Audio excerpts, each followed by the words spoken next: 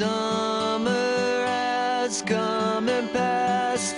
The innocent can never last. Wake me up when September ends. Like my father's come to pass, 7 years has gone so fast. Wake me up when September ends.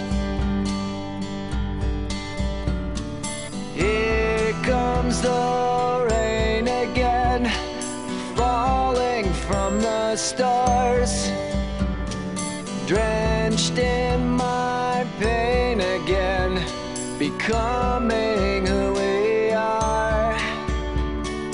As my memory rests, but never forgets what I lost. Wake me up when September ends.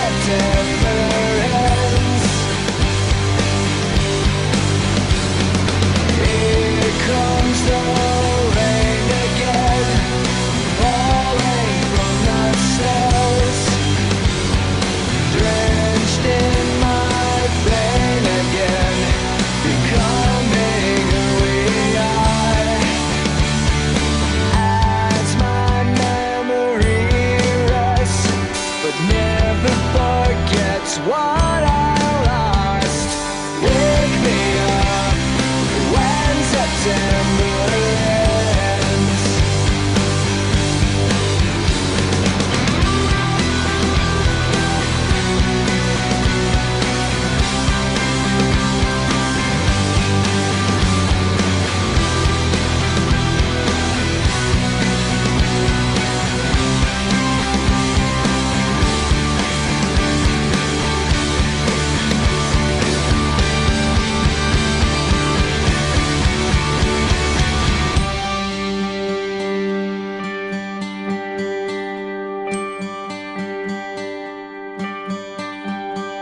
Summer has come and passed. The innocent can never last. Wake me up when September ends. Like my father's come to pass, 20 years has gone so fast. Wake me up when September ends. I never thought about skiing being a life-threatening sport. Sure, I took lessons to protect myself from hurting anyone else, but I wasn't gonna get hurt, right? I couldn't have been more wrong.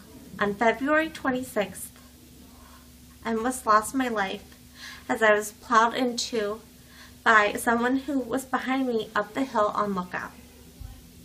I could not have been missed as I was wearing a bright pink helmet. The helmet that very well saved my life. In the past 9 months, my life has been drastically different than I ever imagined. Not only did I spend almost a month in hospitals, but I spent another month in an institution for rehab, away from my husband and 3 little girls. I came back via an air ambulance from Colorado to Ohio that cost us $17,000 to a place that I called home, a place that couldn't have recognized me if it tried. I came home with 21 scars, a bar across my hips, my eyes crossed from my stroke, not able to do anything. Walk, run, speak, drive, read, jump, write. The list goes on and on. I will never forget my first therapy session. I was told to just sit in a comfortable chair for 1 hour. It was excruciating. In all of this, the hardest thing for me, besides being away from my family and my bed, were that my girls were afraid.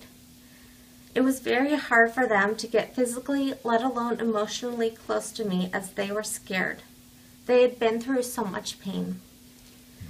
And they were now left with a mommy who had broken 9 bones, one that could not move at all on her own, one that couldn't drive them to dance class, couldn't ride with them at the local amusement park, couldn't even get them lunch. It was terrible, to say the very least.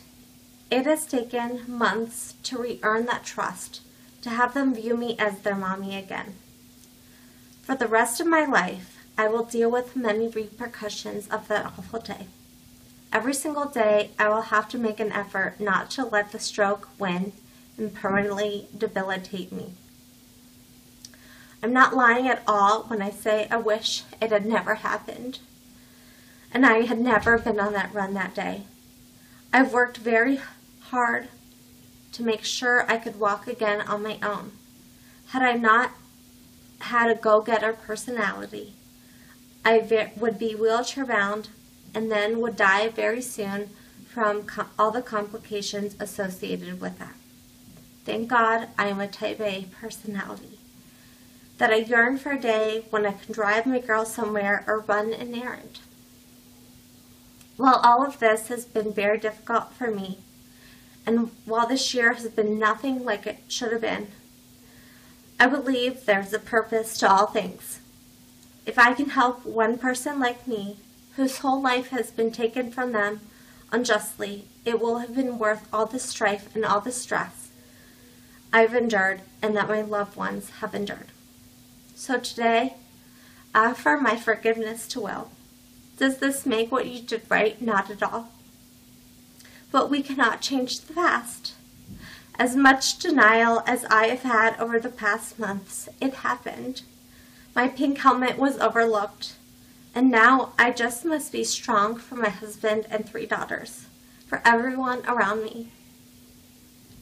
I've been so blessed. First and foremost in being here today. And I hope that through all of this, Will, you feel blessed in spite of the past too. A wise person once said that the heaviest thing to carry is a grudge. That couldn't be more true. So while I believe there are consequences to every action, today I choose forgiveness.